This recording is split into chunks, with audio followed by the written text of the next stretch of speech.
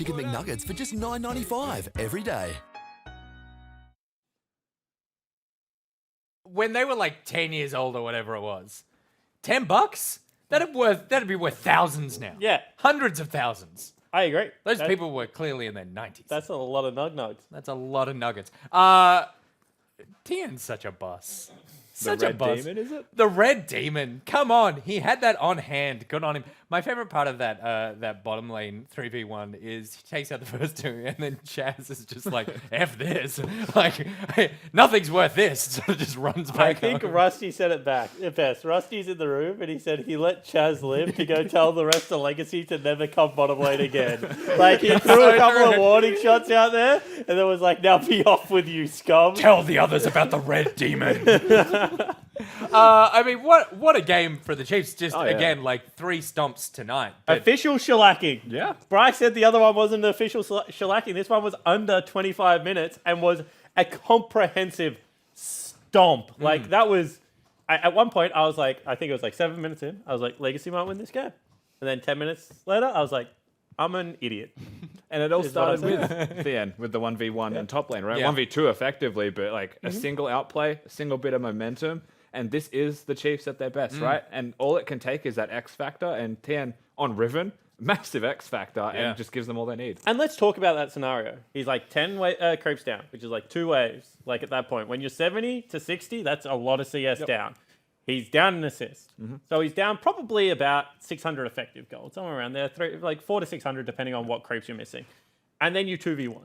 Like, that is just such a momentum shift. Like, talking about momentum shift, like, you know, the game before, like, Bryce is like, well, it was just that you guys did Rift Herald, then your bottom lane died 2v1. And I was like, thanks, Captain Obvious. But like, when you've got an Elise and you've got an Aatrox, they're supposed to win that 1v2. Yeah. Like, there is like, that's like pretty much an old school combo where you just run heavy ADCC top laner with Elise and it beats anything like in that gank setup. But he outplays it, able to get it rolling. Like, waves his hand in the air like he just don't care. Like, pop it off in his like little webcam as well. Like, there's a lot of swagger behind this young man. And also seeing the flexibility in the Chiefs lineup as well, and being able to like bring out some like try new champions and all that sort of stuff. So And not just that though, right? Cupcake is also there for added flexibility. It's He's back at amazing. uni right now, I Yeah. believe, but he will be here for Gauntlet, so there's some extra there for the Chiefs. And this just like, I mean, I said it upstairs, AV plays the Chiefs tomorrow. I was like, well, what do we prepare for? Yeah. Like, what are they going to do? Is it going to be a mid laner back as well? You never really know. And it's all the little things.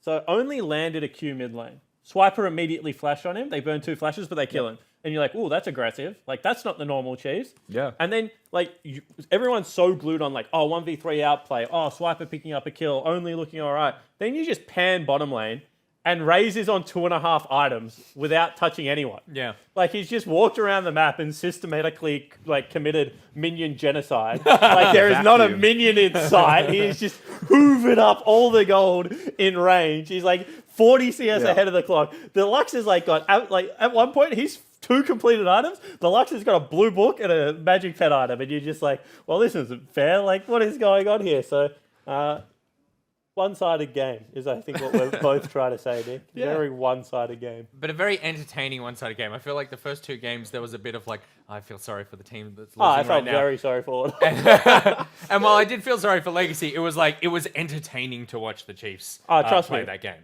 Legacy didn't enjoy that game. No, oh no, That no. was entertaining for everyone but Legacy. Yeah, no, that's true. But I don't care about them. I only care about my own entertainment. So there you go. I'm a happy man. All right.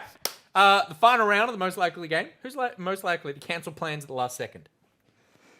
Cancel plans at the last second. Who's the biggest flake? I actually in think the that OPL? I am not. In the OPL, Swiper. Swipe? Oh, no, Swiper 100%. Oh, right. He always cancels. It's because he's a yes man, though. Like, Yeah. you could go up to Swiper and be like, do you want That's to do true. this? He's like, absolutely, He's let's like do nice it. to your face. Yeah. That's I why mean- he'd win the Hunger Games. During the week, there was a tweet from Spooks who said, in the time it took him to walk to the bathroom, go to the bathroom, come out of the bathroom, the entire order lineup left the house to go get ice cream, coach and all. Like, all five other players plus 6. choo-choos. Yeah, Like, fine. he is one of the players left to go get ice cream, and he walks out like, guys, all I And then wanted the was a thing- vanilla cone. And the thing that topped it off Yeah. was Ronan sits next and was just describing the flavor to him in while he graphic was detail. eating it, apparently. Like, that's just cruel. How long is that bathroom break? Or is that like a coordinated assassination attempts because that's a lot of people to get out of a house. Within the OPL We live in broadcasting a team. three-story house. I think Spooks was on a different Yeah, level. right. Okay. Yeah, that makes a lot of sense. Thanks for making it boring. I feel like it would be me. I'm the biggest flake when it comes yeah? to like this sort of stuff. Cancel plans last minute. Yeah, I don't like social gatherings. So We've noticed that because we go to a pirate-themed establishment That's true, which is like, always most fun. nights We like Yeah. pirates. to have jig and singer shanties, sea shanties. Yep. Is that what they're called? Yep. Yeah. You never come. I come sometimes, but I'm If not. you mean sometimes, like 3 times a whole year. Yeah, that's sometimes. But yeah, like I got. The next question. Yeah, no. so it's Banjo's in definitely bed by that time. Yeah, but Beck's he gets probably up in at bed. like 5:30. So it's like that's the difference. That's know, where I'm like, I gotta get The home. reason I would have said you as well is because I think everyone else in this room are the type of people that'll just say no before flaking. You reckon I've got a bit of the swiper in me, I reckon you've got so to a speak. little bit of the Oh boy! swipe up. Phrasing, Nick. Yeah. No, I hear. All right, who has the worst Uber rating? Oh, Yeah, it's definitely that guy. everyone knows why it's me. Because of your 'Cause- team. I book Ubers for a bunch of degenerates. Yeah. And they're horrible people. And my poor Uber drivers have to put up with their shit all the time. Why are they horrible? Because the thing is if you isolate a gamer, it's fine. It's fine. Uh-oh. Yeah. But then they get exponentially worse as there's more of them. Because They've got power in safe spaces. it's where not that. Like, It's like they have their own culture. yeah, right. Which, right. like, as someone, like, as another, like, looking in, it's just weird to watch them congregate and speak to each other. Yeah, so you like- put them all in a vehicle. Yeah, so for example, my team always does different accents because they think it's hilarious. So at the moment, they think they're G2.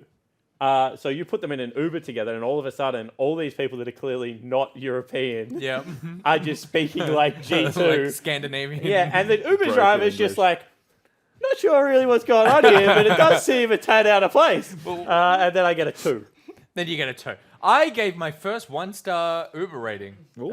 this week. I've never given That's a anyone big deal. anything less than like a 4. I gave a 1 star in Sydney. Did you? My Uber driver took me on the wrong side of the freeway. That was a 1 star. That's a big one. Yeah. Like into oncoming traffic or going in the wrong direction? As in, went on the wrong up ramp.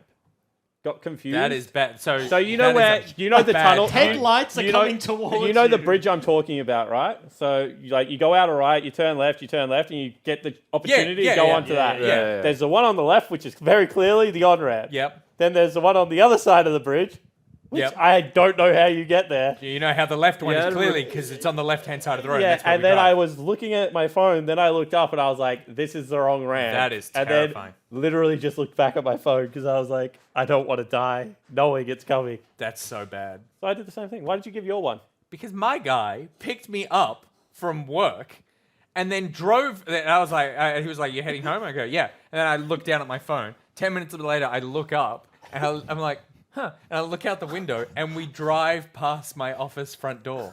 And I'm like, "That's where I work." Like we were here 10 minutes ago, and I realized that he's gone off map and has decided like he knows a better way than a computer. And has decided to just like take me in circles, and I was so angry with him. I was just like, I sort of like, Did you tell him? yeah, I kind of ripped You him were a new one like pretentious, the I whole reckon. time home. No, I was like, why would you not follow the map? Why do you think you're better than the map? I have a map. This is I exactly follow what- the map. yes. And then I gave it 1 star when I got back. And then apparently it said Uber they won't notify the driver of this, but like give us your extra feedback. I was like, I want him to know. I hope he's watching. I hope he's a fan. I hope he's hologram sitting in the chat right now who says start game now. I won't hologram because of what you did this week to me. You're a monster. Okay, cool. Who is most likely to win a competitive eating competition? Ooh. Have As you in, guys like, ever entered quantity? any kind of eating competitions? I like have. like the 1 I kilo did. steaks and I did a massive wiener eating competition. did you win?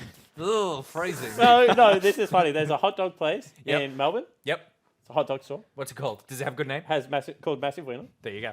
The little one is called a Tiny Pecker. They do It's have 3 good names. inches. They have the average Joe, which is 6 inches. Yep. And then they have a 12-inch one, which I don't know what it's called. But then there is a 24. Oh my And it is called the Massive Wiener. And And the idea behind it is there's no dipping, ripping, stripping, or dunking. Oh, so you can't lubricate to like Yeah. facilitate the So masticate. for anyone that has watched eating contests, they like dunk their hot dog and then they eat it, right? Because the water like softens it up and it's Yeah. much easier on the mastication. But this is no dipping, ripping, stripping, or dunking. That's amazing. And you can have whatever toppings you want. And if you finish it, Bryce has lost it. Look at Bryce. He's gone. and if you finish it, you go on the wall of fame. Yep. If you don't finish it, you go on the wall of shame. No, if you finish it on 5, wall of fame for free. Under 5 minutes. Yeah. If you do it at all, you go on the wall of So shame. it's just a wiener. If you don't, no, and the bun. and whatever 24 toppings you inches want. of wiener and bun. And In then- 5 minutes. Yeah, and then if you don't do it, you go on the DNF wall. There's only 13 people on the DNF wall because Yeah. I assume people just sit down there and do it. I'm on the DNF wall. the person I went with did it in 2 minutes and 32 seconds. What? Yeah, I was like, I could never. Like, this was when I was a fighter, like worked at AIA, and I was like, I'm never looking you in the eye ever That again. is incredible. So the long way I'm going to go about this is Pulse. I've eaten ramen with Pulse. Pulse is the only person I've ever been to ramen with that finishes the ramen. Yeah, true. Yeah. Right. Okay. Good point. I finished the ramen today. Big mistake. But yeah, you're a pro. Pulse would win an eating contest. You know what? It depends on the type of food, I think, though. Because I reckon if it is ramen, like, he'd annihilate it. Yeah. But, like, I have finished massive steak eating things like that. I'm still confident in Pulse. But Pulse is a foodie. And if it's good food, like I'm not talking about Yeah. trashy food. I'm confident in Pulse. We're gonna finish this conversation after the Macca's Champ Select for the final game because we're really getting up against it, Yeah. and we need to transition to other food. But I want to investigate the competitive eating thing, so we'll come back to it at the end of the last game, which is of course AB versus Direwolves. I mean, what I said at the top, which is my most anticipated game of the day. I don't know how you're gonna top the Chiefs play, but I think you will. I think a close game would be a A close game good would be start. a That would be surprise. nice to watch. It'd It'd be good nice. start. Let's get a close game. Let's head into the Macca's Champ Select. Yeah, we've had an hour and a half of game time today. Yeah, that's not massive. Actually, not even. That's quite small. That's a quite That's a quite quite small amount of small. game time. Yeah, that's a little bit of a roughie. I think, like coming into the day, they were saying Nick needs to absolutely stop everything that he's doing. That's very distracting.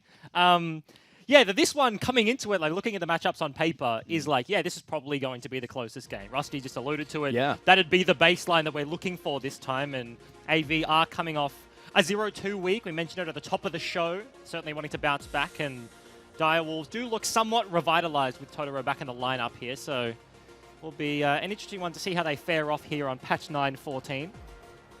Yeah, we'll see how it will pan out because Direwolves, you know, like it's maybe a storyline done to death, but this you really could see anything coming from Direwolves, right? Like they might just smash a team who are way higher than them. They might just lose to a team who's around or below them.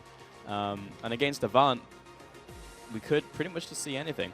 You know, they have Totoro Team here A, today. who knows? Team Yeah. B, who knows? Yeah, it doesn't really matter who you put in front of them, which is like a good skill to have sometimes, right? Like if you can, I mean, right now, like 5 and 7, you know, they were close to just like they were 50-50 last week, and that was just Yeah. testament to that fact, right? It's kind of interesting as like you allude to, like, yeah, when you go up against anyone, that is certainly a good thing to have.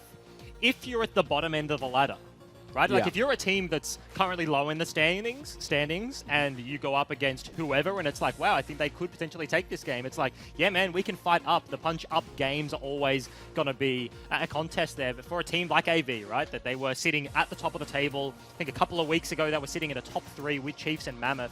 And it's like, yeah, there does really need to be consistency when you are fighting down the ladder. So, yeah, see if they can rein that one in. Different picks and bans coming into this one already. Zillion is the target that gets levied at Shock a bunch, but this is already a very different banning phase. Yeah. Pike, Silas getting off the board. Bottom lane just straight up Lux and Ezreal.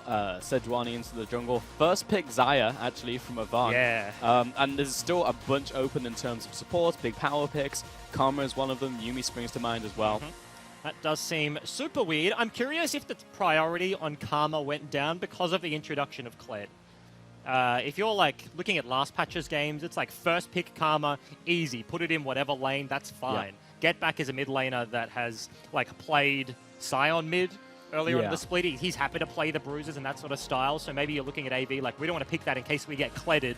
And then they're on red side, they get to pick the matchup and it's fine. So Dial's Direwolves will pick it up here on red side. They have that little bit of extra flexibility. And see how it pans out with the rest of this draft. Yeah, and you'd expect following the Xayah pickup first pick, you would see Rakan alongside it, which is currently being hovered and locked in. So no real surprise there. It's really down to what this third pick is going to be. Yeah, Miru had a cheeky chuckle as soon as they hovered that one. That was a disaster. Yeah. I think it was a 0-7-3. It wasn't a good performance. Yeah, answer into a Vladimir lock-in, but... I mean, I think the theory was sound, right? Because we looked at it and it was just like, this can work. It just didn't on the day, so it will be an Olaf lock-in here from Avant. Yes. Not revealing solo lanes just yet. And I say it every time because it does have to be thought about if you are the enemy team. Olaf lock-in, big for Miru, but also potential Chippy's champion. So Bio, if he is a top laner that actually treks into the top lane, as that is kind of the story of this pack, switching it up, but it is something you have to think about facing off against AV. They do have more of those little cheeky pocket picks than really any other team in the OPL, whether it's like the Olaf for Chippies, the Mages. They played a Ziggs game for Gunkrab, the Zillion that has been banned away. It's all those little extras that you do have to worry about. Yeah, leasing into the jungle. Cassiopeia ban, actually. And Renekton, of course, changes to Renekton. Will be banned away. Do we see a Kled ban at all? Of course, on the current patch, there are 2 extra champions that do join Mordekaiser. He was the one, too many bugs to be played competitively. Talia and Jace also got disabled globally due to some things which cause like the screen to freeze, which I'm sure we're all aware that's a bad time. None of those guys do get touched. No. I don't know what it is either, okay. but it's like, I assume it's ult related, right? Because it's such a different mechanic. Yeah, I feel like you've asked the wrong question. Because when you're like, what is the Mord bug? Yeah. You're talking about the singulars. And that is a champion that has always had literal 90 at a time. True. So, who knows? I just hope it was something like he casts ult pick. on someone, they just disappear forever. Yeah, I know there was like a Yumi bug, I think, where you ult someone and then she gets stuck in the Shadow Realm and there's like, people just get left there indefinitely and then it's just 4v5. It's straight like, banished. That sucks. Remake. Thank you very much. So, yeah, he will not be getting played for the time being. But to answer your question, Kled was banned. Yeah. And Akali picked up here for the Direwolves. By the opposite team as well. I would have expected potential Kled picks into the Karma, but yeah, they will ban it away. Mimic had a very good performance on the Akali in the top lane earlier today, so certainly is flexible here. Katsuri locks it in, but we'll see which solo lane it does go into here for Direwolves. That was a fairly quick lock in there from AB. Yeah, they hovered the Cho'Gath again, but it will be Corki and Aatrox in the end here. It feels bad to be shocked, man. Going down the draft, like, all of your teammates are just hovering this champion. You got boomed on in the previous week. Yep. It's all fun and games until it hits close to home. Until he tries to play Cho'Gath again, it's like, oh, okay. Okay. I mean, that was behind the pick, but yeah, it didn't work out. Here we go. Irelia, final pick from Direwolves, and it looks like it will be mid lane. We'll wait on the swap-ups, but it's where it is placed currently. Yeah, so that does mean that Karma goes all the way into the support position. She was good, and she has been good for patches. It's just that she's better in solo lanes. It hasn't really been seen in competitive play that much, but take that one down. There's a super obnoxious laner to deal with, Mantra Q. You're able to push the lane. That's why you pair it with something like the Ezreal. Can get caught up in a Rakan combo, and that is really the one big thing to look at here for Totoro, but this could be...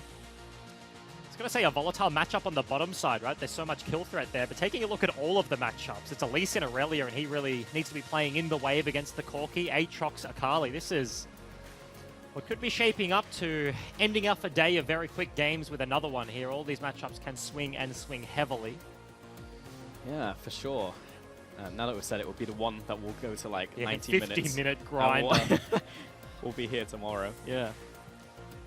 Yeah, I don't know what the longest game I've casted recently is, because I feel like games just never go past like 50, 55 minutes maximum, because there's so many things that just end the game now. It's just the meta, right? Like, it's even, I mean, recently we have had like a bit of a Corki Azir meta, which does trend into the late game, but it's all the other champions that are kind of supporting cast if they're the main actors that do need, like, they need a Baron to push, and then like with those style of games, it's like Baron, teamfight under the tower, that's it, or that's not it, right? Like either you're getting wiped, they're getting wiped, and that's it. There's very few of the slow, grinding compositions with the civers and the like. So, yeah, much quicker nowadays. We do have Curtis joining us. What's the longest game you've seen in recent history? Recently? Bet it's a scrim. Nah, scrims don't go that long. Like, scrims usually... quit out, right? Scrims are pretty chaotic, to be honest. Like, no one plays like they do in scrims on stage. Like, you would know that, even from your time scrimming. Like, no one does that. But I feel like probably an LCK game recently. LCK games tend to go for a while. But yeah. Yeah, okay. And talking about not necessarily this one that hasn't happened yet, but the games for the rest of the day, have you expected some of the results? Like, we've had some absolute stomps coming into this one. Like that last game from Chiefs, pop-up from TN. Is this an unexpected week of games here for the OPL? So far, I mean, I think that the Mammoth Order game was a bit uncharacteristic. Like, the way Order played, I would say that they just... I see Order as a team that they aren't afraid to do things. Yeah. And Order just felt like they played that game very scared.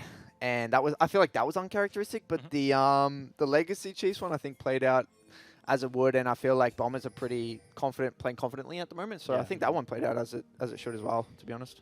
And what do you think about, a team like AV who, for a good couple of weeks was like top of the board and is now just 1-1 weeks, 1-1 weeks, 0-2 weeks? Like, do you think this is the natural evolution of teams who are like kind of at the bottom and then surging, and then like top teams just not really finding themselves towards the end of the split? It's a bit strange, to be honest, because it's hard to tell. I mean, AV is such a strange team. Like, I feel like they're so flexible in the way that they draft, and props to like Johnny and what they've been doing over there with Rusty and stuff. But I feel like it's just hard to say. AV on their day can take games from anyone like they have, and I feel like, I mean, same as Direwolves. I mean, we've had some pretty good showing versus some top teams, but then we've also had some absolute shockers. So I feel like both of these teams can, on their given day, can take a game from anyone. Yeah, okay. And I want to ask you a little bit more specifically about one of the guys on your roster. I'm personally super curious. Katsuri coming in, like rookie season, being surrounded in by Korean imports, who we've had some Korean imports come into the league and be successful, a la like Mimic, right? But he hasn't really had the big history that you can see in players like Raze and Totoro from overseas. Like, how is he kind of adapting to things behind the scene? Because I can imagine as a rookie AD carry being surrounded by the two roles that you're most like connected with in support and jungle. That would be super useful for him. Yeah, I mean, like, honestly, like going like, this is just my honest opinion, is that I see Rob, or Katsuri, I think he's a very, very good player. I think, so back in the day when I first met Calvin back in the day, I see a lot of the same things I see in Katsuri. I think Katsuri, like, with time to come, like, will be one of the best AD carries in the region. I think he's very young still, but I see a lot of those signs to see, like, I think he's going to be an exceptional AD carry, and I think he's got a long way to go and a long career ahead of him. But I feel like he's just soaking it up, really. I think he's honestly taken on that pressure from the Koreans, and he's really actually he's probably one of our most consistent players at the moment. Yeah, I would agree. Like, he started the season with a quadra kill. I think it was the first game, right? So it's definitely just a good situation for a rookie to be in. We've seen now TN earlier in the day. Katsuri has had himself some very good performances. So maybe a split of the young upstarts getting a bunch of good games in here. Yeah, we've seen it for sure. Well, always great hearing from you, Curtis, and we'll catch you next time. Thanks, guys. We didn't have a level 1 fight during the coach interview. We didn't. No. That's a bit of a combo breaker there. Yeah, it was a Rusty problem. Also, slow time to the door there. Oh, are we counting now? Is that who's the quickest? Soul Strikes was real fast. Yeah. And then we had someone else. Fantix is also a zoomer. Fantix, yeah. Yeah. Who did we have before? Choo-Choo's? Yes. Choo-Choo's fast. Because it's kind of like the 15-meter sprint. Not quite 100. Yeah. A little ways off. Yeah, just playing around Folk War right here, just spotting a stray Olaf and Aatrox. What are you doing down here? Yeah, that ward did suck a little bit. Yeah. It was one of those ones you try place it at a bush and you're like, no. I was focusing on the positive there. Yeah, that one does spot him anyway, so it does its job. The little ward that could had a mountain to climb, and boy did he climb it. So got the vision that they needed. It's going to be the Conqueror Olaf that we are seeing in this game. You have the different variants, but recently you do see much more of the Conqueror than the Predator zooming around. So more aggressive option Miru has completed the Red Smite, as is the Lee Sin. So much slower start to this game, right? Like last game was already a dive happening bot side. Yeah, it was insane already like between- 20 kills to 3. Yeah. Like, yeah, I was looking at that is just straight unfortunate. That was Corrupting Potion, I believe. Yeah. I was looking at a certain person's Twitter profile the other day for the first time. Actually went to the page. Okay. And I saw that you had a video on like ward placements. Oh, okay. Just because you brought wards, and I just thought about it. Yeah. Yeah, I mean, like, looking at there's a lot of, like, ward placements that I still don't see, to be honest, from a lot of people. Like, Yeah. top lane was something that I learned, which is that you can ward when you're on blue side, so that really far over the wall, it will over bounce. the fat wall, yeah. But you very rarely see those. Yeah, they should be useful, and I think the bottom lane ones get used the most, right? Like, Oh, yeah. from, like, you're being pushed in on red side, you can ward the river and see a jungler that's preparing a dive and that sort of stuff. Destiny did one last week, so shouts out Destiny. I saw that in the broadcast. Jake made me aware, so Ward yeah, mechanics. big fan. Look, if you're a support player, you better have ward mechanics. That's one of the things you need. But this is going to be an early Dragon start here for Direwolves. AV certainly want the contest, but Chippies is a far cry away. Yeah, Katsuri actually laying down a lot of damage to start this one off. Raze, as long as they just keep him away from the Lee Sin, he should be good. Yeah, he's just going to smite this one down. And there we go. Yeah, that will be first Dragon over to the Direwolves. Ocean, not bad at all. This early on, it will be a second Ocean to follow. So Yeah. that was in a pretty good position, to be honest. Yeah, it's also something we haven't noticed, being the solo laners there. The cheeky little mix-up here from AV is going to be another top lane into mid lane scenario. And now that they have the Ocean Dragon in the hands of Dire Cubs, or Dire Wolves rather, OCS getting to me. But you know what I mean? Like, you think about a Corki versus a Kali matchup. Yeah. Like, early until you get the Vamp Scepter, you don't really have a boatload of sustain. That was cheeky by Aladoric. Not going to hit the mark, but yeah, it's going to be super useful in treading the water as this laning phase does progress. Yeah, and you know, you mentioned something in Champions like very volatile matchups. Yeah. Definitely agree, especially when you throw a Lee Sin into the mix into mid lane. Chippy's backing away behind the minion wave, and pretty much good to go. Yeah, we've got relatively equal CS apart from the bottom lane right now, which. But it's really about those kills that can snowball the lane out of control. Yeah, because you mentioned the bottom lane. You can see Gunkrab and Aladoric have just been fishing for recalls. You saw the Rakan cancelled his look for the combo, but they're just sitting 0 pots, 0 mana. Gunkrab, Aladoric sitting on 0 HP right now. 5 members stepping up to the plate for this one. Oof, double teleports in response there from AV. Yeah, it was enough to say, don't really want to go for this dive. We're not going to be able to kill them fast enough, and they back away. Yeah, that's just the meeting, you know? Yeah, quick conference. Yeah. Conference call, other side of the table, you know. Bottom lane con. Yep. 2019. Say what's up. Oh, Chippies. Very smart read there. Knew the members were down, setting up for this one. It helped AV in the short term, right? Like, they got them bottom lane out of a dive situation. Did expend their 2 TPs to the 1 of Bio Panther, so Direwolves just had the mid priority to rotate down. The short-term loss, or the short-term gain, I should say, is there.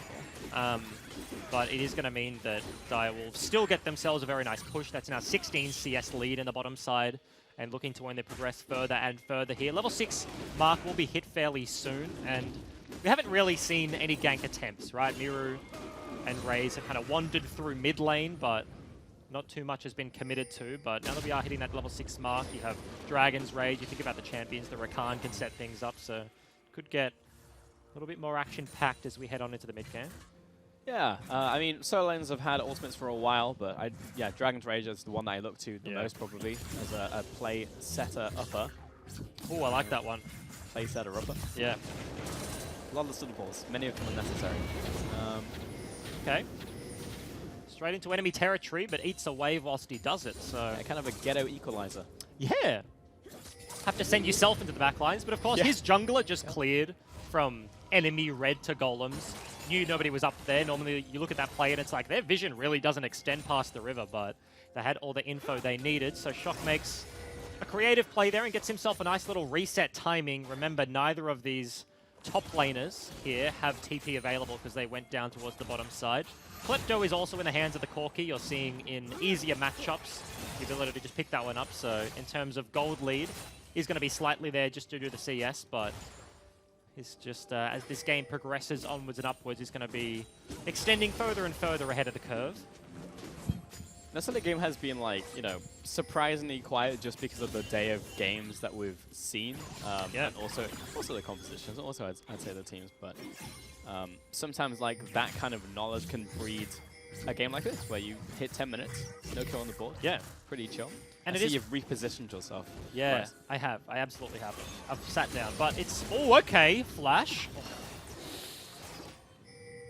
They nerfed, I believe, the charm distance on Rakan. They made him less big, aka small, when he pops the ulti, so the charm, like, distance is just smaller. Didn't quite connect onto Katsuri, so the Flash gets himself to safety. This is going to be a fight, though.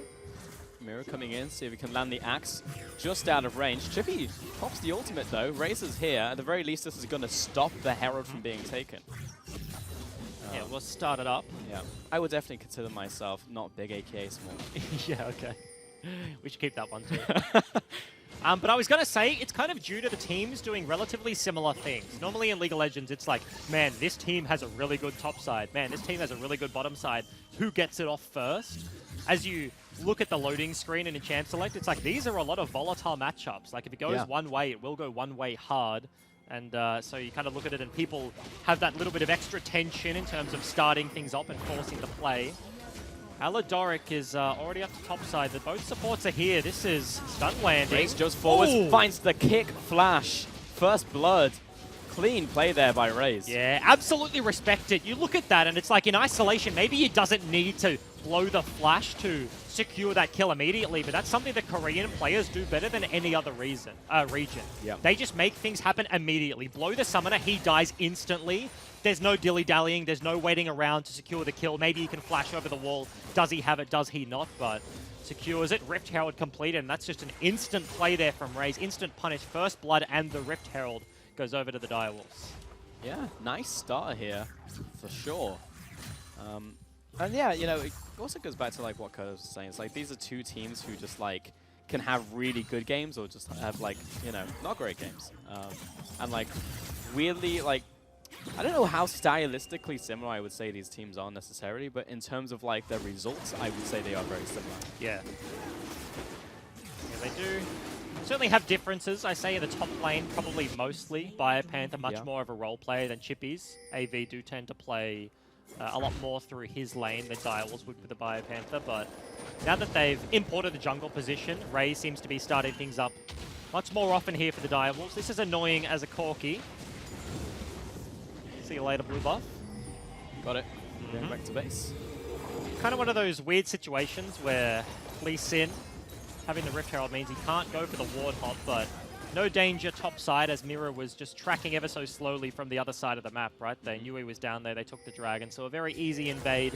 And it isn't going to be the mid Corki, it is the top that doesn't get the blue buff, so probably not the worst situation here, but ball is definitely in Direwolves' court to set things up in the next couple of minutes. Rift Herald timer almost hit that halfway point, so I'm expecting Raze to slowly make his way towards one side of the map and look to set this off before the 14-minute mark hits, but only 40 seconds, 30 seconds left available. Bottom side looks like the play. It's definitely heading down. There's Shelly being spawned. And yeah, as you said, 30 seconds until planing goes down. Not going to Sherpa it down into the bottom lane though. Just kind of drops it and says, good luck. We'll probably get the charge anyway. Here comes Miru. Yeah, but plating not going to go to anyone. So yes, they crash it, but unfortunately not able to bring his bottom side super far forward up to the turret. So gold a little bit wasted there in the hands of the Direwolves. I'm actually not sure. Do you, if you drop Shelly, guaranteed get the plating gold? Like, did Raze get something? Because, like, there wasn't the indicator, right? There's no, like, klepto-looking coin that pops up above the turret and goes zooming up the river. That, like, this person got it. Yeah, right? Because that was just straight up nothing. I mean, we'll answer that question in a second because Miru getting caught out, flashing away, jumping underneath the turret, turns around there with the Ragnarok, throws at the Vanguard's edge, get back, looking for his reset, gets one, throws out the Feather Storm, now he's separated from the team as Chippies comes in as well, throws out the chains, looking for Totoro perhaps, flashes the wall, and that will just be a 1-for-1 in the end. Yeah, and this time all 10 members arrive underneath the AV bottom tier 1 turret. Raze is going in for it though, kicks back the Corki. Yeah, will dash back out again, connects the Q once again, just with the gun crab with no escape, gets the first kill, following on to Aladoric and Shock, moving back towards the mid lane, but Biopanther, he's heading after and looking for that next reset. Chippies, caught out, flash, Q. Has the slow, looking for Tempest. Nope, not going to happen, but 2 kills there to the Direwolves. Yeah, and I'd love to see a replay of the start of that dive as well. The last 2 plays back-to-back, Raze, Lee Sin mechanics absolutely on point. It looked like the punish was potentially there, but at the end of the day, they turned that one around, recommits to the fight, and Direwolves now getting the turret. That's first brick after the platings already went down earlier, so now 4 kills, first brick, first blood as well. They're on the up and up. And I want to take a look at what happens to Alidoric on the Ricard. Q forwards from Lee Sin, actually baits out the RW combo, and yes, Get Back goes to the backline, cleans up the TP from Chippies is going to mean the Get Back's like, yes, I am dead to rights here. There's no way I can get to the rest of my team. They were somewhat cut off by the turret, but yeah, Chippies has just decided to leave this one. They didn't have vision in that bush on AV, and kickback from the Corki. Very nice ward hop once again out of Alidoric's W. Raze just straight styling on the Zyra duo and cleans up a couple of kills here for the Direwolves. Yeah, I mean, it was just really impressive from Raze. I mean, also knew what was there, what could interrupt him. Nothing. So you could just jump in, ward hop out. And yeah, I mean, that's where like Lee Sin can just like the whole map is his playground, right? Yeah, it's not like one of those outplays where you just land a huge combo, cannon flank, and you see damage, and it's like, wow, yes, that was enormous. That was just all movement. Dodges out on multiple engage tools, and uses his W. This is another one onto Totoro. Yeah, found the support first. Need to follow up, has the Ragnarok, gonna die for this turret. Gunkrab's the one tanking, no. Drops the aggro, has the feather. Stormcat stepping forwards to damage him. Raze over the wall, just saying, hello, I'm here, and doesn't get the kill, and always getting a return onto Gunkrab. Yeah, very difficult to dive onto the Karma. Mantra W heals for just so much. Now Ocean Dragon ticking, so Totoro doesn't even have to reset. Dire was already prepared their waves earlier, pushing in on the bot side. Turret already gone, so Biopanther leaves, but you can see that just leaves Get Back alone on the top side of the map, whacking away at the turret, pushing that wave steadily forwards. AV just trying to make an opportunity stick right here and not able to find it. Well, Race has the flash and the Dragon's Rage right here, and Chippy's already up against the wall, and the Q. Throws up the chains, Get Back to the one tanking. Chippies may have just done enough right here. Yeah, heals for a significant amount there, and HP bonus certainly useful on the Aatrox. Survives the dive, pops an ulti, but Dire will smart play to back away. They look at it and they're like, he's just not going to die. Don't want to commit to this one. And AV ultimately did have a very quick rotation from mid lane. They have the faster track sitting underneath their turrets, so no committal there. An opportunity once again looked at, but doesn't quite hit the mark.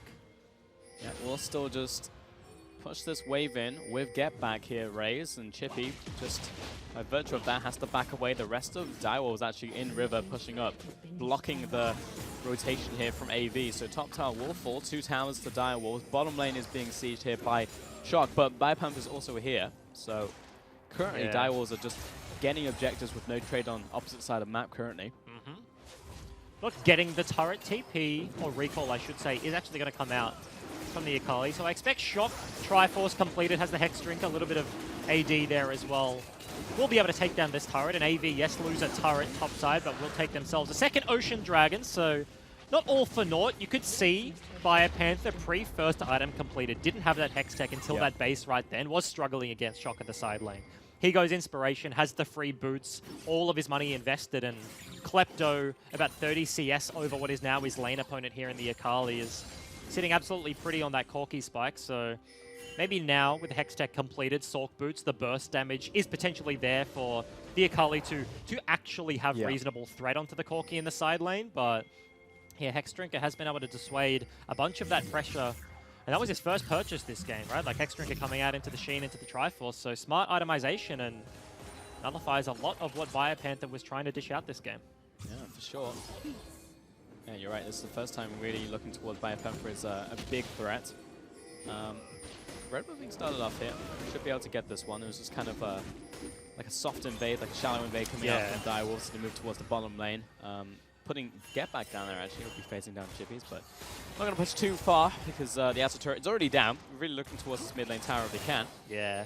Super difficult to dive onto the Zyra. You can see all of their threat has been going into side lanes. It's going to be the attempt, though. Oof, pulling's going to help. Alidoric low. Here comes Redemption coming down. Mini wave cleared out, but yeah, Katsuri, great culling coming through. Yeah, 100%. Heal was burnt, but an interaction I didn't know existed. Alidoric charms through the stopwatch there, so Raze jumps in, lands the Q. Charm for just a moment, but Got himself to safety at the end of that one. Now Miro and Shock left to defend this mid lane turret. So much pressure is being floated in that direction. Katsuri not confident enough against the Corki to be able to step up and actually hit the turret. So yes, it is about half HP. Was a little bit healthier beforehand, but Ooh, that's not cute. Found each other. ooh, That's going to follow up. Great knock-up from Aladaric. And Raze will run back towards his team. And 5 members here for the Direwolves. yeah, looking for this potential dive by a Panther. It's going to be revealed by this blue trinket. Pushing to mid lane.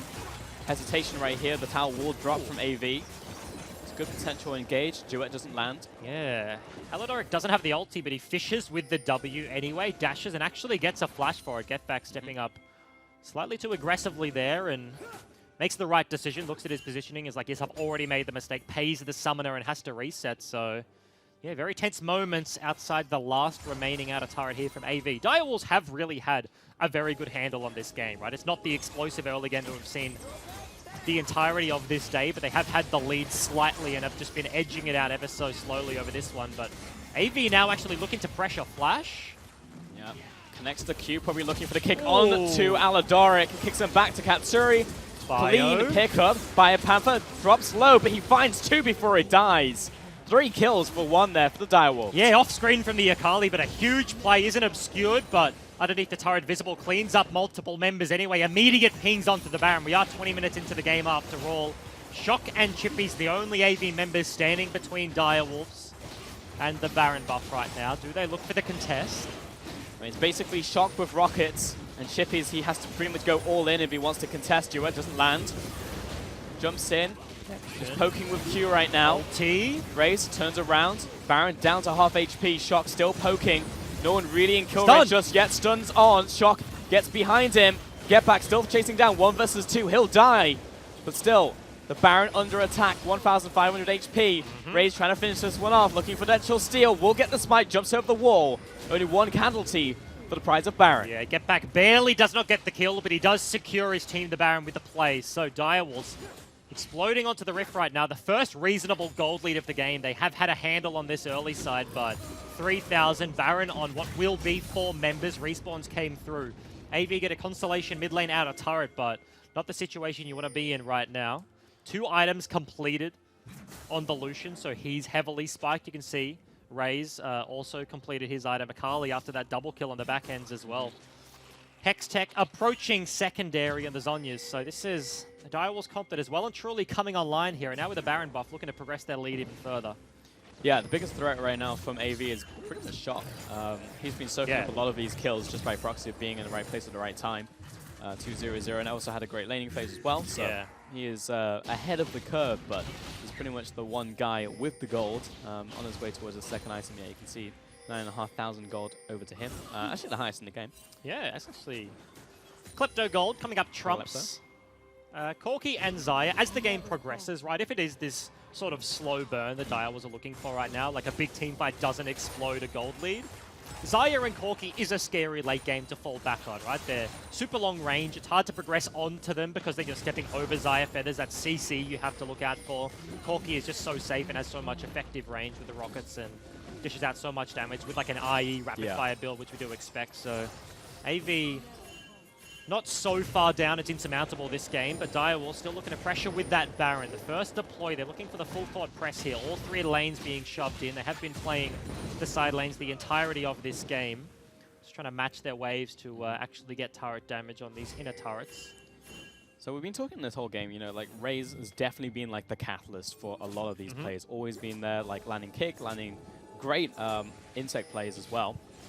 But Totoro is 106. He's matching the like he's 100% kill participation. But I almost don't see Totoro in a lot of his plays. Like early on, I'm like, how did he get that assist, right? Like because Raze goes in, gets the the initiate, but Totoro's just there. You know, he's always been there. And Karma is kind of that unassuming champion. Unless you get to a late game scenario where he has AP and it's like, wow, Mantra Shield is blocking so much damage. He is somewhat of that unsung hero, the Korean import duo here, Totoro Raze coming out. He's always the shield to the Lee Sin Q that is flying into the backline. Keeps him safe, and Lee Sin and a lot of his like support interactions, Thresh is another big one because he takes the Q forwards and can just be lantern backwards. Karma is this game, in this example, is always there for the W, right? Like Lee Q's forward, gets the shield, but is always the escape route that he has, and it has been super effective here for the Direwolves. So trying to utilize their Baron here. Second push on the top side turret. Aladoric doesn't have flash, but is still looking for a flank around the side. I think he should be able to just step towards. Yeah, Katsuri is essentially just like tapping this turret. And Raze is struggling to kill Wolves. Mid lane by a Panther, sieging by himself. So he's going to have to rotate for that. Chippies. It's not going to get Wolves. Raze comes down with the smite. Yeah. Barely doesn't rip the Lee Sin back, but you can see the problem here for Direwolves' composition. Lucian, take the turrets. Right? Like, can't hit the turret. Stepping up against a Xayah, your auto attack range is basically in the range of a rip back, and standing on CC while you set that one up is a very quick way to die. So Katsuri does the right thing by not stepping up, but it does mean that even with a Baron, Direwolves are struggling to progress this one. They didn't actually get, I believe, a single turret with that Baron play. So gold lead, yes, in their hands. Taking Baron, always a good thing. But it has been a constant lead flash kick backwards starting off all these fights. And with Aladoric, with Chippies, you can see standing in that weird sort of choke point between the top lane turret and the Wolf camp, denying him access to the flanks of AV, has really just routed all of the pressure the Direwolves have underneath the turret. And here, AV holding fast, right? This is a Corki completed IE right now. Xayah completes her IE as well. These are item spikes well and truly coming online. So whilst Direwolves look scary right now, next Baron is only a minute and a half away, and AV have certainly come online, especially in terms of their carries. And it does feel like by proxy of this composition, it's like the checklist of what do we need to win this game? Well, we instead of like one Baron, it's like 2 or 3 Barons. You know, like this could easily be like a triple Baron game of like second Baron gets them like an inhibitor maybe, and then it's like, well, we still need another one, you know? And like I could definitely see this game going that distance. And then AV, like, yeah, you've got Corki and Xayah to fall back on. You've already said, like, this is a game that could be very even for a very long time. And it almost seems like an obvious statement to say, but there's a lot of games where, like, with certain competitions, like, you have a timer, or you're putting your opponent on a timer. But yeah, this could just be a longer game. Yeah, right, and it is fairly even scaling across the board. The one member who I think does just have existential safety, and that is Shock, right? His range, as he gets his next item, gets the rapid fire, only goes up. He's incredibly scary, 2-0 on the Corki, 60 CS lead over his opponent. If we toggle the gold, he will be massively up over Biopanther, right? This is what's almost like a 1.5k gold lead out of nothing. Bio's cleaned up a double kill on the back end of a team fight and is still monstrously behind his lane opponent. He's only going to get worse. And then you kind of look at the itemization. He has what is the Hex Drinker, and then eventually has a lot of options for a Corki to go into late game. He has the Valkyrie, will have the package, and that is going to be a super hard member for Direwolves to get on. And he has just been kind of holding fast, right? This is fight in the mid lane though. Chippies goes in. Half-elfing AD carry. Chippies basically just zoning Direwolves away right Big now. Here comes Aladoric. Finds 3-4 charms right now. Get back drops. And Direwolves on a retreat. Big knockup coming in from Chippies as well. Biopanther dodging, dipping and diving through this fight, but that's a big kick in return. Double kill, triple kill by Panther, looking for more, looking for his 4th. And that would be 4 kills total to the Direwolves. Yeah, the 1-2 punch. Lee Sin kicks team back into team, and Biopanther cleans up with ease. Now second Baron on the cards here for Direwolves. Shock, round number 2, is one of the only members left standing against Direwolves, and that looked like AV's fight. It looked like the turnaround. Flank play was huge, but teamfight completely flipped on its head, and Direwolves reign supreme once again. When they just line themselves up like bowling pins, and yep, Raze was happy to take that strike. Yes. Biopanther cleared up the rest. 6-1-1 right now. I mean, this was literally like, you know, a 3-kill Akali with 1 item, and you're like, kind of scary. Now it's like triple item and boots at 29 minutes. Like, this is, you know, one-shot territory for any carry on AV. And the stars could not have aligned any better. Because you say the bowling ball analogy, right? Like, he just lines them up like pins, kicks them down. 3 strikes in a row in bowling is called a turkey. Okay. And Biopanther turkeyed the hell out of the backline. Easy. Dragon's Rage kicks Chippy's back, cleans up a triple off the back end. This is multiple team fights he's done that in, and yeah, he's just gobbling his way to the backline. This is huge play from the top side of the map here, Direwolves. Yeah, you know, and it's like, this has been a narrative we've been hitting a few times like this last couple like games and weeks, but Biopanther really has just been coming back into his own, you know? Like, I felt like the start of the split was definitely slow. I think that like anybody watching the game could tell, but like Biopanther has had standout performances. You know, like games you can look back on and be like, yes, I remember this sick game from Biopanther, and this is going to be another one of them. And he's definitely ramping towards the end of the split. Yeah, 100%. You can see now Direwolves with their second Baron actually gets the kick buffered by the package there. Package kind of always wins, but I like what Direwolves are already doing. Last time Baron, it was like, yes, let's siege the top side. Let's play the 4-1 game. And it just didn't work. They didn't make any progress. They couldn't take down a single turret with their first Baron of the game, but now immediately flip the map and open it up much more. Raze, instead of playing with 3 of his allies, just goes to the singular side lane, and Shock just has to concede right now. Hitting on the mid inhib, that's significant damage being done, if not by just the minion. We've got some cool dudes on the Lee Sin today. Raze is adding himself to the list. Yeah, I will say that, like, in Razor's case, it feels like he's actually doing it for a good purpose, a good cause. Because it's like, it's trying to bait out spells. Like, if you can get Aladoric to just, like, quickly tap the he's quick done it miss. already. Yeah, you know, like, if you bait out these spells, like, Lee Sin as a projectile moves slow enough where, like, reaction time, you can actually click spells, like, onto him. But it's enough also to, like, bait out spells. So what Raze is doing here is smart. Mid lane tower gets cracked, and it's really what Direwolves needed, you know, like that first Baron didn't cut it, second Baron's able to almost net them in an inhib. AV step up to defend this one, but I imagine another push of minions will allow them just to knock this one over. Yeah, but if not anything else, that's already 3 turrets, 4 turrets with the base broken. Completely different trajectory here. You now see 3 items completed for the Akali, 3 items completed for the Lucian, and Direwolves still looking at pressure. So mid inhib does die. They're now floating towards bot side. Katsuri gives Raze the jump over the wall, and Cannon Minion doing hella work on this turret. I just feel by virtue of this composition here and a lot of the picks from AV, they should be able to just like basically slow the push from Direwolves. They'll lose the tower, but the engage coming out, knocked up, goes into the Guardian Angel. Miro has to take a trip back to base right here. Just back towards the rest of the team Raze. And the inhibitor will go down by a Panther. Also finding a third turret on the top side. Actually crazy. That was a 4 versus 5 there from Direwolves. They back away at the expense of just a Guardian Angel. This game is kind of going down the timeline we were painting earlier. You know, Direwolves, they find another fight, they pick up the second Baron, but it's not enough to finish out the game, right? Like, there's enough here still from AV where you're still running into a Zai, you're still running into a Corki, and then a potential Aladoric flank, which is your whole team gets CC'd, and you get the perfect win scenario from AV. So it's like, this is going to be like a 3 Baron game, or like another big objective here, which is still like, this is the longest game we've had today by far. And like AV are ramping up to like 3rd, maybe even 4th items by the time we hit that point. And these are crit AD carries. Yeah, and it is also like multiple factors. Take a look at the Dragon RNG. Triple ocean into double air. There's no mountains, no infernals speeding this one up. And I like Direwolves' adaptation there in the bot side. Like, if you look at that as a trade, GA for 2 inhib turrets and the bottom inhib. That's just super smart play there from Raze. He had the team, he had the Mantra E from Totoro to get himself out of that situation. So, yes, he takes a Q into the backside, gets charmed up by Rakan, knocked up, dies immediately, did absolutely nothing to the opponents, but ultimately the GA respawn was just time enough for Katsuri to just whack away at an inhib, and they crack the base in multiple respects now. No turret left defending an inhib here for AV, and yes, backs against the wall. They have been farming up for a super long time. The team fights have to start soon if they're going to crawl their way back into this game. 1.5 minutes on the Baron is going to be their last stand, I expect, if not before on this inhib, because it's now rapid fire completed on the Corki.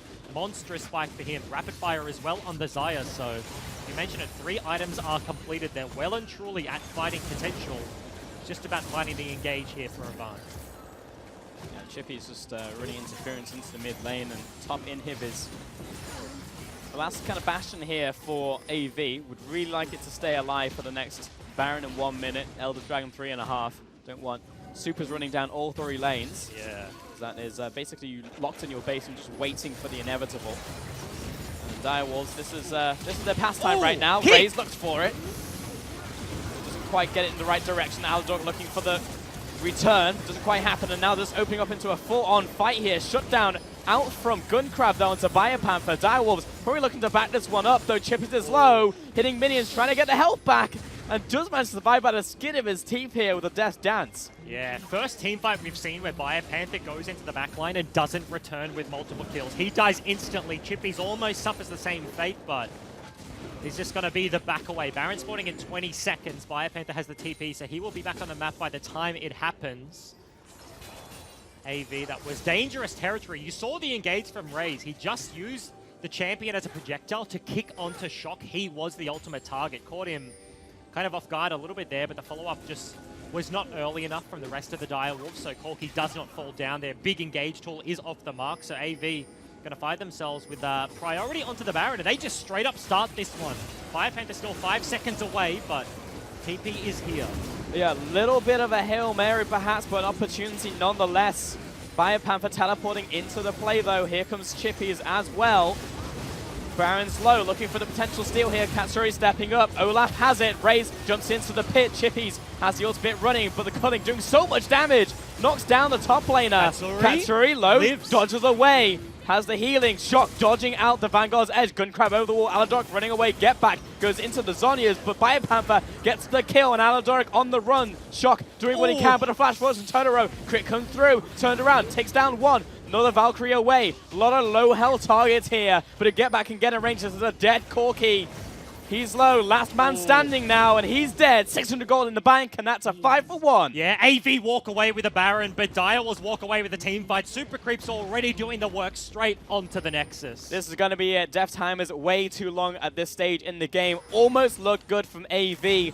Get the Baron, almost win the fight. Shock, but he was just kited around, and everybody chased down by the assassins from Direwolves, and they're going to do it. 36 minutes.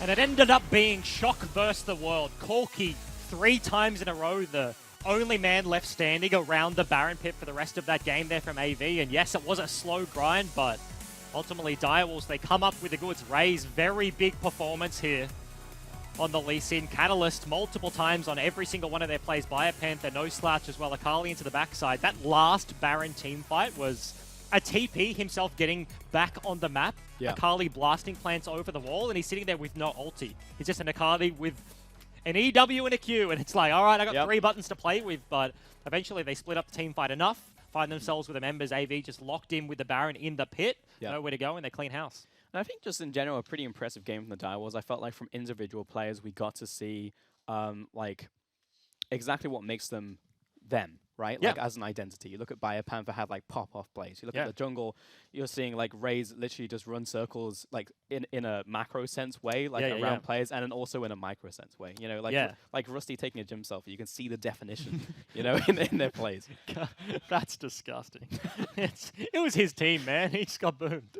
But you got to throw it in there. Yeah, I think that was out and out a standout performance from Raze. Like the big things for me are the little ones, right? It's the flash kick to throw someone into the Corki, right? It's the W away from the recombo that gets your team the victory in the team fights. There was never like a huge team fight there for Direwolves. They won that game with a slow grind. There was the one turnaround, one in the mid lane, but then everything else was AV just having to force because they were just slowly losing, right? And it was multiple times we hit back on it. It's like, wow, that's 3 items for the Corki. He is incredibly strong. That's 3 items for the Xayah. They're getting there. Yes, he's in a gold deficit, but crit 80 carry will come online eventually.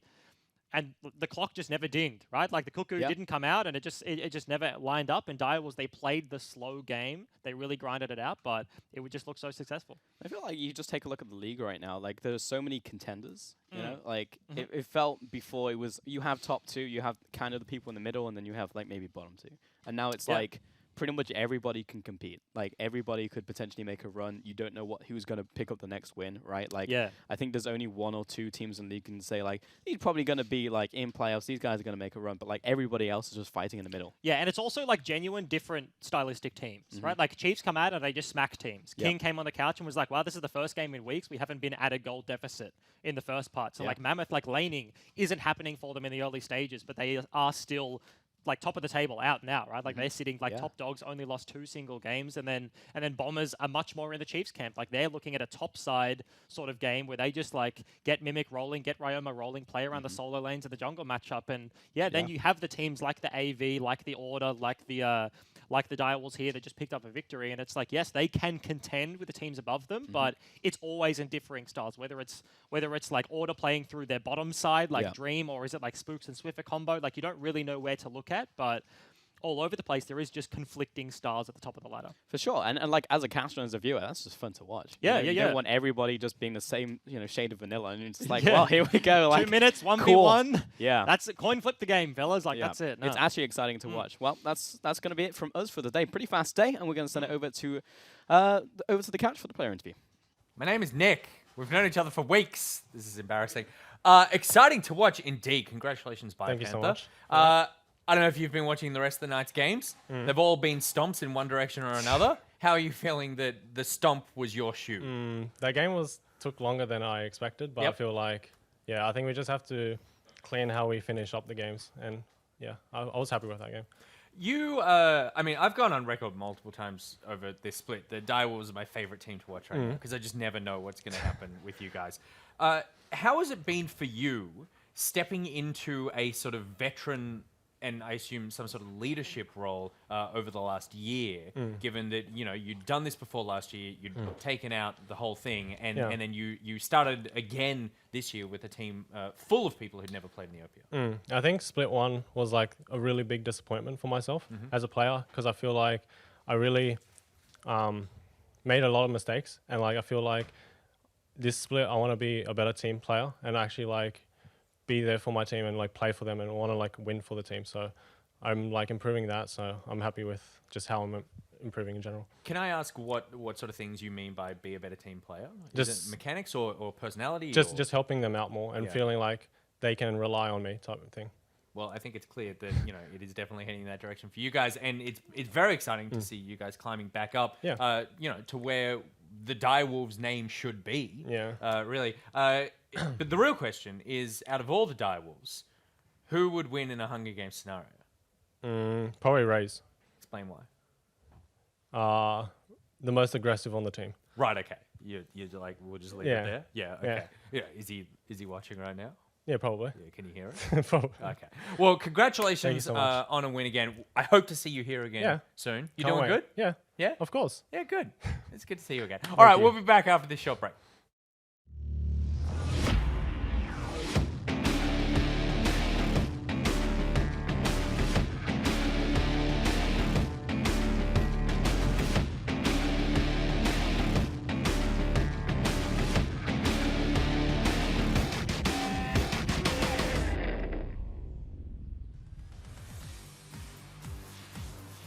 I mean, we'll answer that question in a second because Miru getting caught out, flashing away, jumping underneath the turret, turns around there with the Ragnarok, throws at the Vanguard's edge, get back, looking for his resets, gets one, throws out the Featherstorm, now he's separated from the team as Chippies comes in as well, throws out the chains, looking for Totoro perhaps, flashes the wall, and that will just be a 1-for-1 in the end. Yeah, and this time all 10 members arrive underneath the AV bottom tier 1 turret. Raze is going in for it though, kicks back the Corki. Yeah, will dash back out again, connects the Q once again, jumps to the gun crab with no escape, gets the first kill, following on to Aladaric and Shock. And he has just been kind of holding fast, right? This is fight in the mid lane though. Chippies goes in. Half-elfing AD carry, Chippies basically just zoning Direwolves away right Big now. Here comes Aladaric, finds 3-4 charms right now, get back drops, and Direwolves on a retreat. Big knockup coming in from Chippies as well. Bio Panther dodging, dipping and diving through this fight, but that's a big kick in return. Double kill, triple kill, Bio Panther looking for more, looking for his fourth. And that will be 4 kills. Baron's low, looking for the potential steal here. Katsuri stepping up. Olaf has it. Raze jumps into the pit. Chippies has the ultimate running, but the cutting doing so much damage. Knocks down the top laner. Katsuri low, dodges away. Has the healing. Shock dodging out the Vanguard's edge. Gun crab over the wall. Aladoric running away. Get back. Goes into the Zonias, but Bio Panther gets the kill, and Aladoric on the run. Shock doing what he can, but a flash was from Totoro. Crit comes through. Turned around. Takes down one. Another Valkyrie away. A lot of low health targets here, but to get back and get in range, this is a dead Corki. He's low, last man standing now, and he's dead. 600 gold in the bank, and that's a 5-for-1. Yeah, AV walk away with a Baron, but Direwolves walk away with the team fight. Super Creep's already doing the work straight onto the Nexus. This is going to be it. Death time is way too long at this stage in the game. Almost looked good from AV. Get the Baron, almost win the fight. Shock, but he was just kited around, and everybody chased down by the assassins from Direwolves, and they're going to do it 36 minutes. You gave me this when we were just 16 years old. Darling, cop up. A little goes a long way at Macca's. Grab 24 Chicken McNuggets for just $9.95 every day. She's remembered that for far too long. She's held on to that perfect moment. I just can't understand how a relationship can survive with such stress for so many years. Yeah, I know. Like, You know what? I think it is though. She's just made it up, and he's too old to remember. Oh, That's totally it. that's taking a dark turn. Oh no, it's just it's nothing bad. It's just distance. I can't remember what happened last week. If you were like, I owe you $10, I'd be like, sure, that sounds right. I probably do. Because Yeah. you're rich. You don't care about that. Yeah, I just don't care about money. I just make it rain, baby. Speaking of making it rain, a couple of things. Bryce making it rain with the calls. During that break, Bryce just turns to us, looks us dead in the eye, and says, I wish there was a replay on that moment. I wanted to gobble. I wanted to gobble like a turkey. And that's just exciting Bryce things. Speaking of exciting Bryce things, 24-inch wieners. We need to show the food, the competitive eating championship that we had. Look at that! It's ridiculous, The isn't size it? of that bad boy. That's Look just a at monster that. wiener. That is dual massive wieners. It is unbelievable. Two trays, and they can't even find a bun that fits it properly. Like I assume you have to custom make that bun. Yeah, and funnily enough, sometimes if they get too many of these in a day, they have to make Frankenwieners. Where they like stitch them together. Which is, they get the wieners and then they like attach them all to each other. It's just like some sort of whatever that movie was. And then finally, speaking of large tasks to undertake, bard paintings. Yes. It's just a smooth reference. Lady Dubsy's actually made a bard painting, which I wanted to bring up on broadcast, as she said she's made it for me, which is very much appreciated. It's a wonderful painting, and that's the close-up of the little meeps. It's very adorable. It's very cute. So I assume I would like a painting. Is this your bard skin though? Or is this Bryce's bard skin? Or are we going to have to bard battle? Because Bryce is a bard and a cup of hot cocoa. I know, because he's dropped many a hot cocoa before pissing off out of lane and never coming back when he's supported me. So do you play that bard? Yeah, absolutely. I think that's the best skin simply because when you're in a portal, you've got a penguin. You're a penguin. That's true. I think that makes it objectively the best. Well, Lady Dubsy, I would love a painting as well. So if you could organize a painting for me of Bryce with the 24-inch wiener that he's eating, I would love that so much. So if you could get on that, that'd be fantastic. Speaking of fantastic, results from today. It has been a weird day of League of Legends.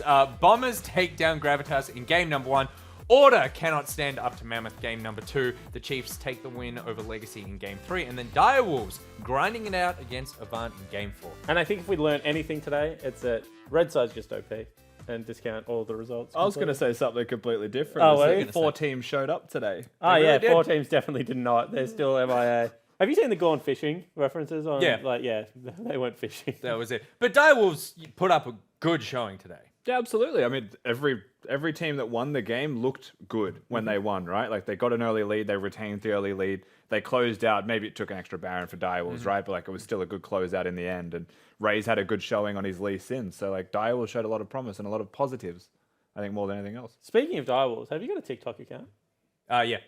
So I saw this really funny Lion King reference on TikTok where a guy walks up and gets a lipstick and puts it on his thumb. Yeah. And he's with his friend. And he walks up to a girl and she just goes, Simba. And then the other person picks her up and says, circle of life. I don't know why I thought of that. I just thought it was really funny. That's funny. I also wanted to do one of your segues and see if I could make it work. I think I did all right. Speaking of Direwolves, cat reference. Yeah, that's pretty good. And speaking of segues, let's take a look at the games we'll be playing tomorrow here on the OPL. Legacy take on Bombers game number 1, game number 2, Mammoth versus Direwolves. Then it's Order going up against Gravitas, and finally Avant taking on the Chiefs. And if Order don't beat Gravitas tomorrow, the playoff race does one of two things. It either gets really interesting because a new challenger enters, because currently Avant is in danger of getting encroached on, Direwolves in danger of getting encroached on. Bombers are starting to create some distance, but Order and Gravitas are right there. And also, they'll be walking back to Melbourne, so that'll be fun. Oh, that's nice. Yeah, okay, fantastic. well, then that means they can go on 2 nights of the MPL. They can go on as many nights of the MPL as they want, Nick. Maybe they need to come back to the MPL and just relearn the basics, because we will be having a couple of Order members on MPL tonight. Oh, will we? I believe it's Sully and Tally. Nice. Sully played very well today. I would actually say best performing member Spooks of and Order. Tally. Is it Spooks? It's Spooks and Tally. Spooks I just got stuck an update. That was, there you go. Oh, funny. Fantastic. There you go. So that's something to check out, and then you'll be able to see them tomorrow because they won't have a flight to catch. If they do show up tomorrow, though, there's still a chance they can make it to MEO. And if they want to go to MEO, You're so good. I'm just saying, like, you know, It's the circle of You life. can go.